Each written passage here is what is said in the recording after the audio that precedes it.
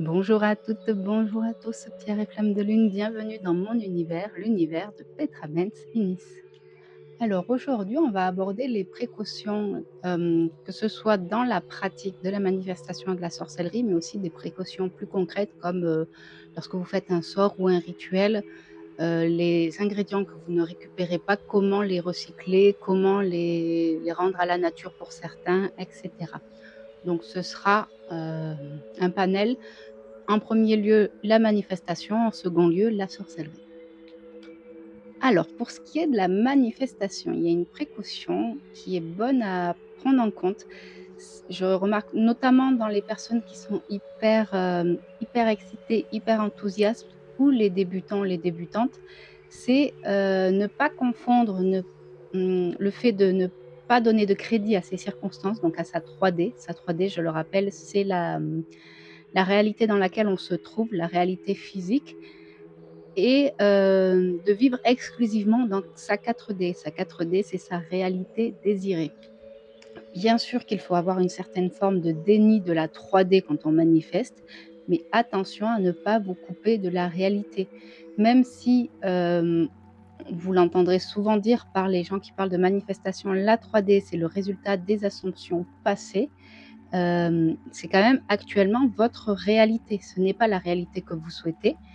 On parle souvent de nier la réalité que l'on ne veut pas, mais comment dire? Il faut à 2 poids 2 mesures. Le nier, mais il y a des choses sur lesquelles on ne peut pas fermer les yeux. Il y a aussi attention à ne pas vivre complètement dans ses rêves.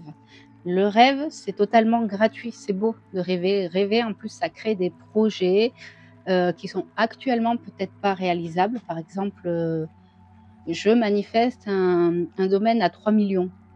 Si actuellement sur mon compte, j'ai même pas 2 000 €, c'est sûr que c'est totalement utopique. On va dire: «Non, mais ton domaine à 3 millions, comment tu veux l'avoir?»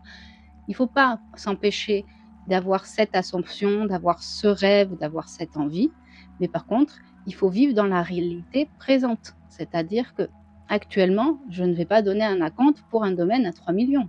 Ça n'irait pas.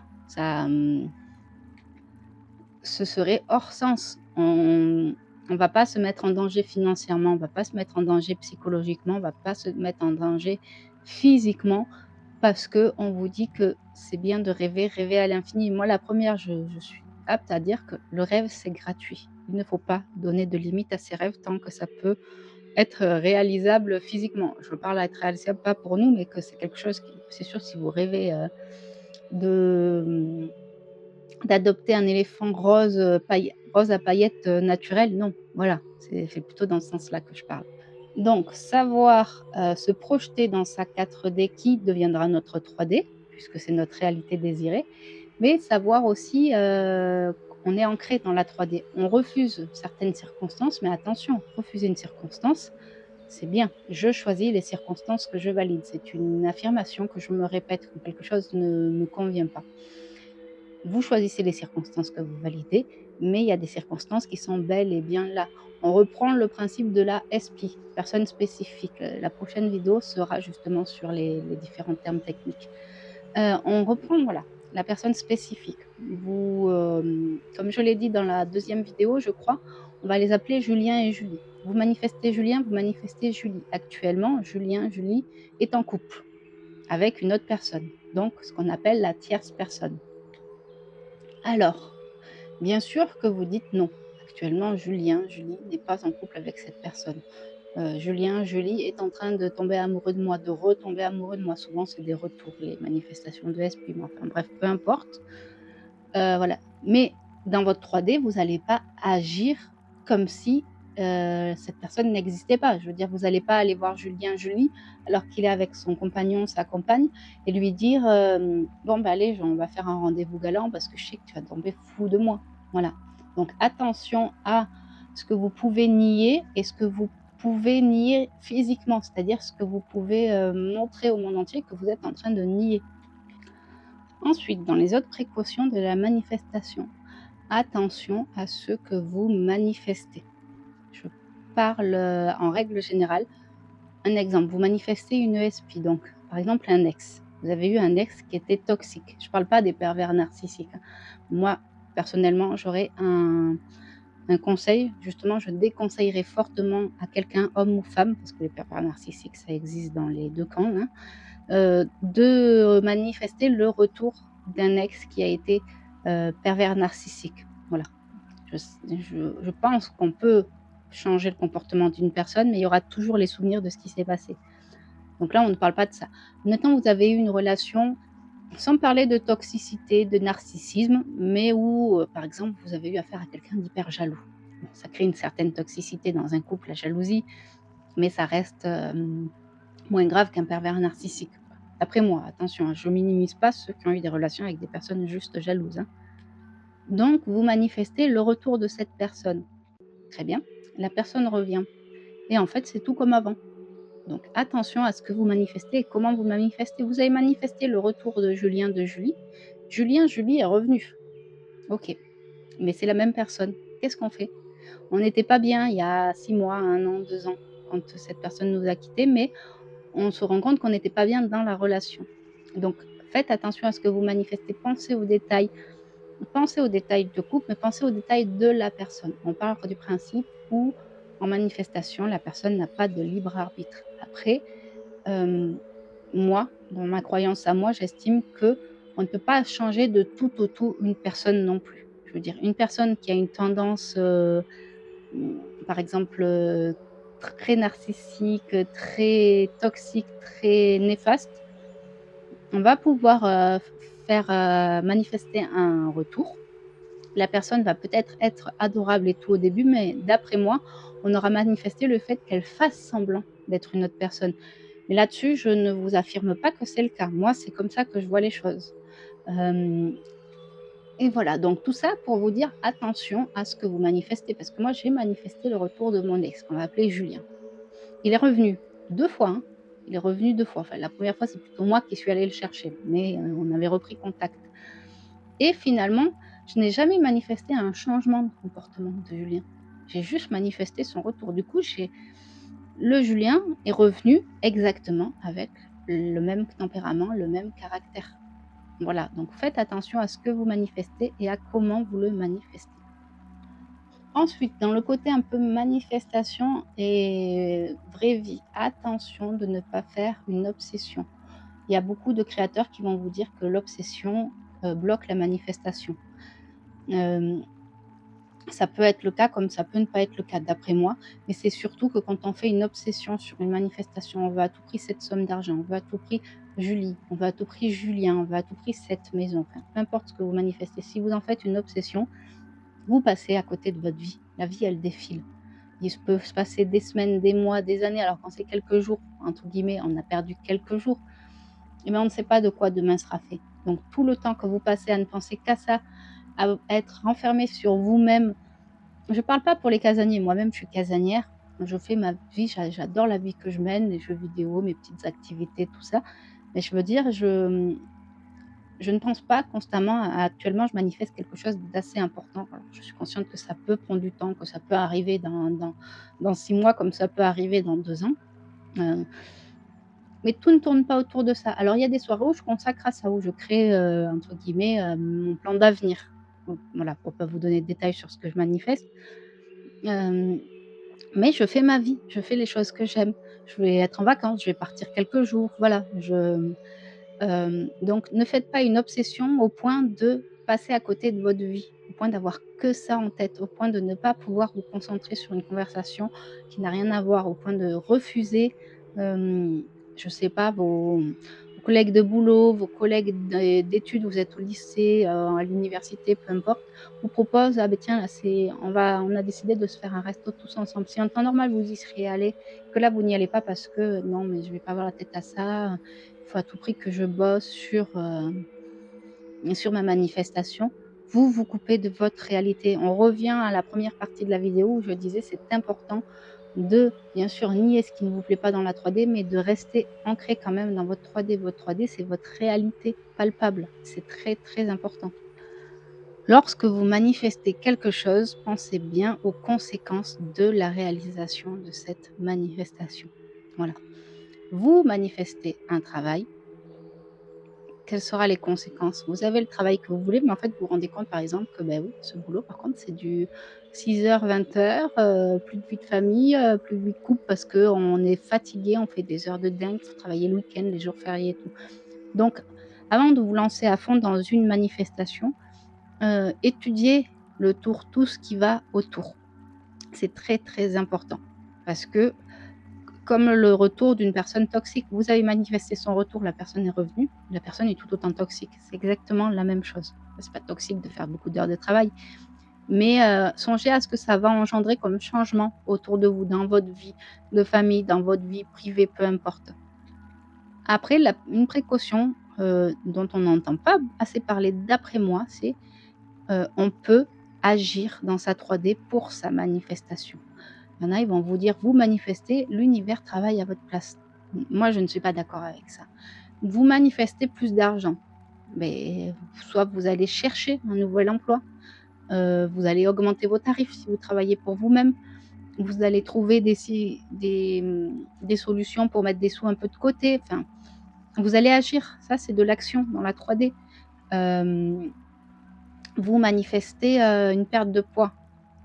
Mais vous allez forcément un peu agir. Je veux dire, c'est pas le fait de manifester qui va vous faire perdre du poids. Si vous continuez à manger exactement pareil, des plats tout prêts, par exemple, qui sont assez riches en sucre, en gras, à ne plus bouger et tout, bien sûr que vous n'allez pas perdre du poids. Même si vous avez un pouvoir de manifestation extraordinaire, si vous avez un mindset et un self-concept extraordinaire, heu, les miracles, d'après moi, ça n'existe pas.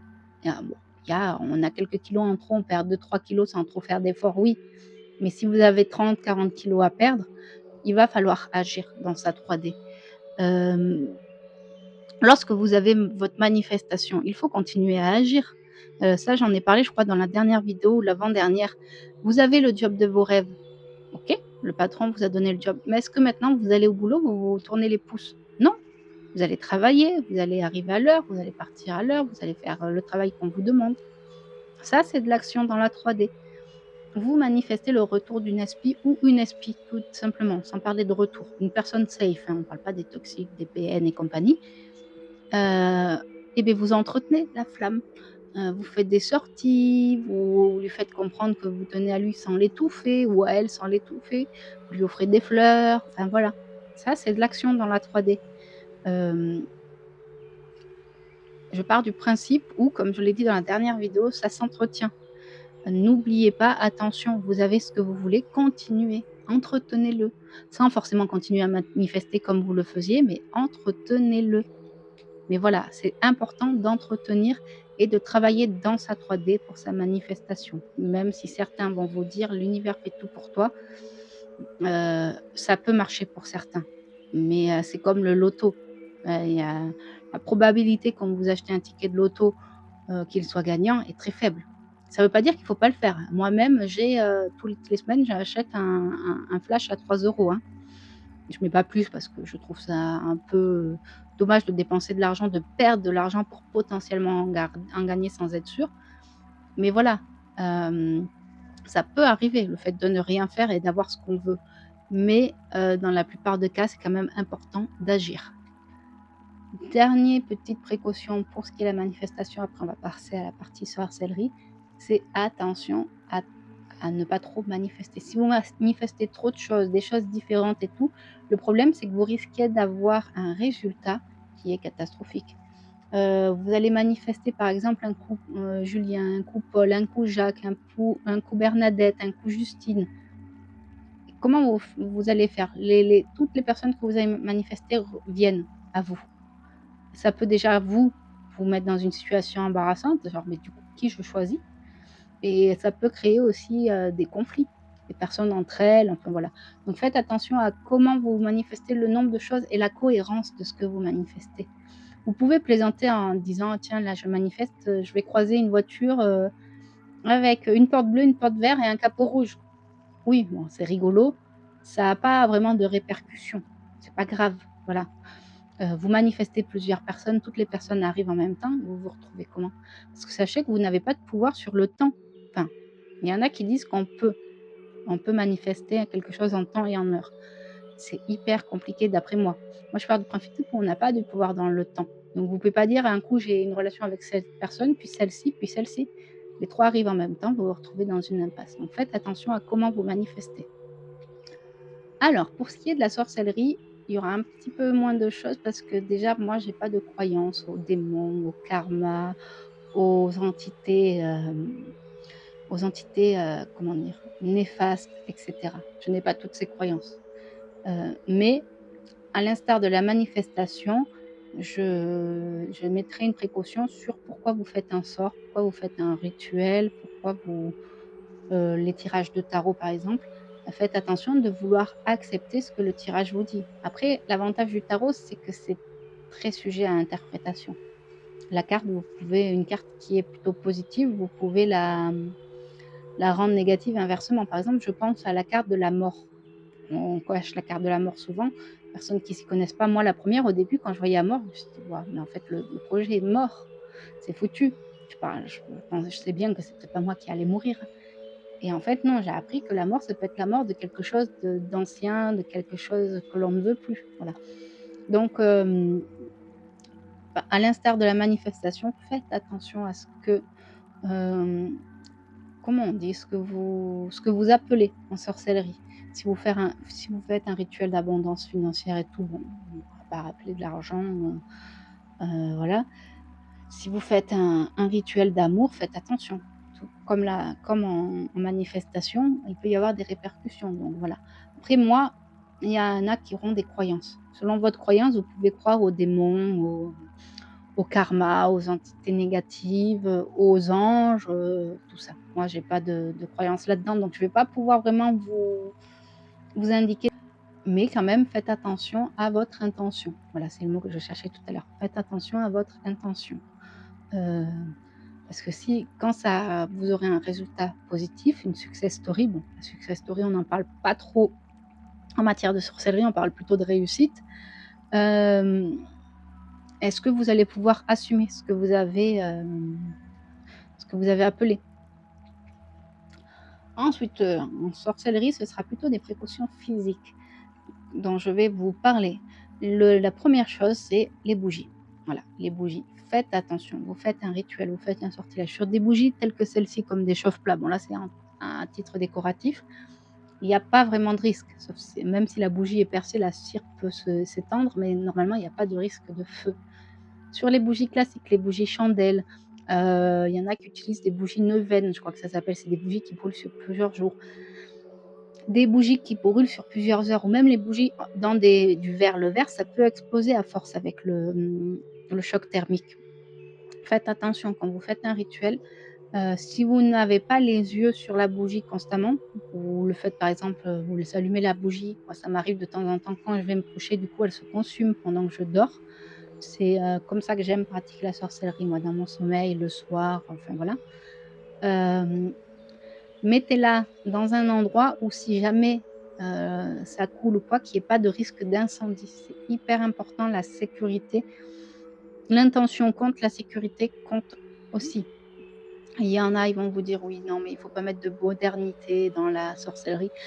Tout bouge dans le monde. La religion, la sorcellerie, tout a bougé. Adaptez-vous à votre époque. Voilà.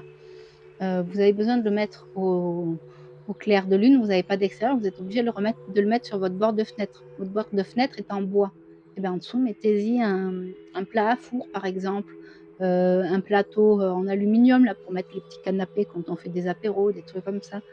Hem, faites attention à tout ce qui est, combustible, bougies, encens, un peu moins, mais ça peut brûler s'il y a du papier autour, tout ce qui nécessite d'être allumé. Il faut faire attention à où vous le faites brûler. Est-ce que vous avez une vue ou pas dessus? Si vous n'avez pas la possibilité de surveiller, faites attention. Si vous la mettez pas trop loin, par exemple, ma bougie, ça c'est un truc c'est pas en bois, hein, mais voilà. Vous avez une bougie chandelle, vous dites: «Ça touche pas, il y a pas de risque». Un coup de vent, voilà, réfléchissez à toutes ces petites choses. C'est important. Au niveau des bougies notamment, un truc où il faut faire attention, c'est quand vous mettez de l'huile ou des pétales autour de la bougie. Pour certains rituels ou pour certains sorts, Vous allez mettre des huiles essentielles, vous allez badigeonner, on dit oindre, on en parlera dans la prochaine vidéo. Vous allez oindre de l'huile, des huiles essentielles, des pétales séchés, enfin qu'importe. Attention à ce que vous mettez parce que, par exemple, si vous mettez un peu de laurier séché, le laurier, ça peut brûler. Donc ça peut faire que la bougie, brûle sur les côtés plus rapidement qu'avec la mèche, qu'il y ait de la cire partout et tout. Ça, c'est des petites choses. Faites attention à, ce que vous faites brûler, comment vous le faites brûler et où vous le faites brûler. Bon, ça va de soi, je vais quand même en parler, mais faites attention quand vous allumez votre briquet, votre allumette, bien sûr, de ne pas vous brûler avec la flamme notamment, par exemple, quand vous allumez un bâton de fumigation. Par exemple, là, le Palo Santo, moi, quand je l'allume, si j'ai une bougie, je vais l'allumer sur une bougie. Sinon, je vais l'allumer, avec une allumette, si j'ai pas de bougie allumée. Alors on va essayer de l'allumer là d'ailleurs. Hop. Il y a ce côté rouge là qui brûle. Des fois ça s'enflamme là, il veut pas s'enflammer. Généralement, voilà, je le laisse s'enflammer, mais il veut pas. Bon bref. Je l'ai fait brûler il y a pas longtemps avant la vidéo, je pense c'est pour ça. Bien sûr que vous n'allez pas poser ça, je vais pas poser ça sur ma nappe, donc faites attention aussi, aux bâtons de fumigation, aux encens. C'est d'ailleurs pour ça que j'ai acheté ce petit chaudron. Voilà, c'est des petites choses qui semblent tellement logiques, tellement anodines, mais auxquelles on ne fait pas nécessairement attention et c'est important pour la sécurité. Votre sécurité, la sécurité de vos voisins, si jamais vous êtes en appartement, vous allumez une bougie et vous vous en occupez pas, vous partez faire vos activités. Vous êtes pas là. Vous avez des animaux de compagnie, pensez à eux aussi. Pour en venir aux animaux de compagnie, faites attention à ce que vous brûlez. Hiver comme été, quand on brûle, de toute façon, une bougie parfumée, un encens ou quoi, c'est bien, mais c'est dans toutes les boîtes, ça va être inscrit normalement si le fabricant a un minimum de jugeote, c'est on aère un peu après. Il y a des plantes et des fleurs qui vont être toxiques, pour les animaux. Donc faites attention qu'ils ne les ingèrent pas, qu'ils ne respirent pas quelque chose qui peut être toxique pour eux. Si vous avez un doute, vous tapez, Palo Santo: «Est-ce que la fumée est toxique pour mon chat?» Voilà. Donc ça, c'est important aussi pour ceux qui ont des animaux, des enfants et cetera. Alors maintenant, on va en venir aux déchets, les déchets des sortilèges. Il y a des choses qu'on va récupérer. Par exemple, moi, quand je fais, un sort ou un rituel qui a des petits cristaux, soit je les récupère pour en faire une petite fiole, soit je les récupère et je les réutilise dans d'autres sorts ou sortilèges. Mais, il y a des choses, par exemple, on va mettre des pétales séchés, du sel pour la protection, on peut mettre du poivre, des feuilles de laurier, tout ça. On aurait tendance à se dire: «C'est naturel, donc on peut tout rendre à la nature, tout rendre à la terre». Attention, par exemple, le sel, ça peut détruire. Vous mettez du sel, dans de la terre où il y a des plantes, certaines plantes ne vont pas supporter le sel. Et même pour les fleurs et les plantes séchées, attention, toutes les fleurs et les plantes séchées ne sont pas bonnes à mettre n'importe où. Donc renseignez-vous à, ce que où est-ce que vous pouvez jeter à cet endroit-là? Sinon, consacrez un petit endroit dans votre jardin, si vous avez un jardin, pour, justement, rendre à la nature, si c'est dans votre croyance, si ça vous fait du bien de rendre à la nature les éléments naturels de vos sorts et de vos rituels. Pour en revenir à la page de sorcellerie sur laquelle je suis inscrite sur Facebook, j'ai vu passer une excellente idée la dernière fois. Max, si tu passes par là, je crois que c'était ton idée. C'est, un pot. La personne a dit qu'elle avait un pot de fleurs, il me semble, où elle, je ne sais pas si elle a planté d'ailleurs des fleurs dedans et en fait, elle consacre ce pot à mettre ses restes d'éléments de sortilèges et de rituels. Comme ça, elle ne met pas dans le jardin, elle ne met pas dans la nature, comme ça, il y a pas de risque de ça tue ce qui est déjà en train de pousser ailleurs. Donc vous pouvez consacrer si vous avez un chaudron, un pot ou juste un carré de terre, enfin voilà. Peut-être, voilà, si ça peut être la solution. Si vous êtes en appartement, l'idée du pot de fleurs ou du pot fermé, hein, vous pouvez utiliser, un chaudron ou qu'importe. Ça peut être aussi une idée parce que vous n'allez pas à chaque fois vous balader, trouver un coin où vous pouvez jeter ça et puis est-ce que ce que vous allez jeter ne va pas avoir une répercussion? En petite quantité, non, mais si vous le faites souvent ou si d'autres personnes le font aussi, il faut penser à la nature, il faut respecter, se dire: «Est-ce qu'il n'y a pas des animaux qui risquent de venir manger ça? Est-ce que ça va être bon pour vous?» «Oui, mais c'est loin d'huile. Est-ce que du coup, si quelqu'un ingère ça, un animal ingère ça, ça va pas le rendre malade? Voilà. Du coup, voilà, faut penser à toutes les répercussions que peuvent avoir, ce côté je recycle. C'est bien de recycler, mais il faut le faire de façon à ce que ce ne soit pas néfaste pour la nature, pour la faune et pour la flore. Ensuite, précaution, bon là, ça englobe tout. Bah, d'ailleurs, ça englobe même pas que la sorcellerie, la manifestation, je pense que ça englobe tout ce que vous pouvez trouver sur internet. J'en ai parlé régulièrement depuis que j'ai attaqué ma chaîne. Attention de ne pas prendre pour acquis tout ce que vous voyez, tout ce que vous entendez. Même si c'est une personne qui a des milliers de follow, des millions de follow, quelqu'un qui a fait des livres, quelqu'un qui est connu dans le domaine, remettez tout en question. Si ça ne vous parle pas, que ça vous met mal à l'aise, la vérité des uns n'est pas la vérité des autres. Ce qui fonctionne pour l'un ne fonctionne pas nécessairement pour l'autre. Ce qui a un attrait pour l'un n'a pas forcément d'attrait pour l'autre. En sorcellerie, il y a des coutumes et des pratiques, il y en a un nombre incalculable. Il y en a qui vont, par exemple, avoir une pratique celte, d'autres une pratique amérindienne, d'autres une pratique, européenne, enfin voilà. Heu et apparemment tout le monde a des résultats dans sa pratique, donc c'est bien des pratiques qui fonctionnent pour la personne qui le fait, mais c'est des coutumes différentes, c'est des croyances différentes. Il y en a qui ont des croyances religieuses, d'autres pas, mais c'est vrai et c'est faux pour tout le monde à la fois. Vous allez faire la même pratique, ça ne va pas fonctionner parce que vous ne vibrez pas avec cette croyance. Mais par contre, vous allez, faire une autre pratique qui va bien fonctionner. Ou alors, dans la pratique, il y a des choses que ça ne vous parle pas, mais dans une autre pratique, il y a quelque chose qui vous parle, mais dans celle-ci aussi. Moi, c'est le principe de ma pratique. J'ai une pratique très éclectique, c'est-à-dire que je mélange tout. Hem, je vais pas regarder, par exemple, rituel d'abondance financière dans la culture, celtique.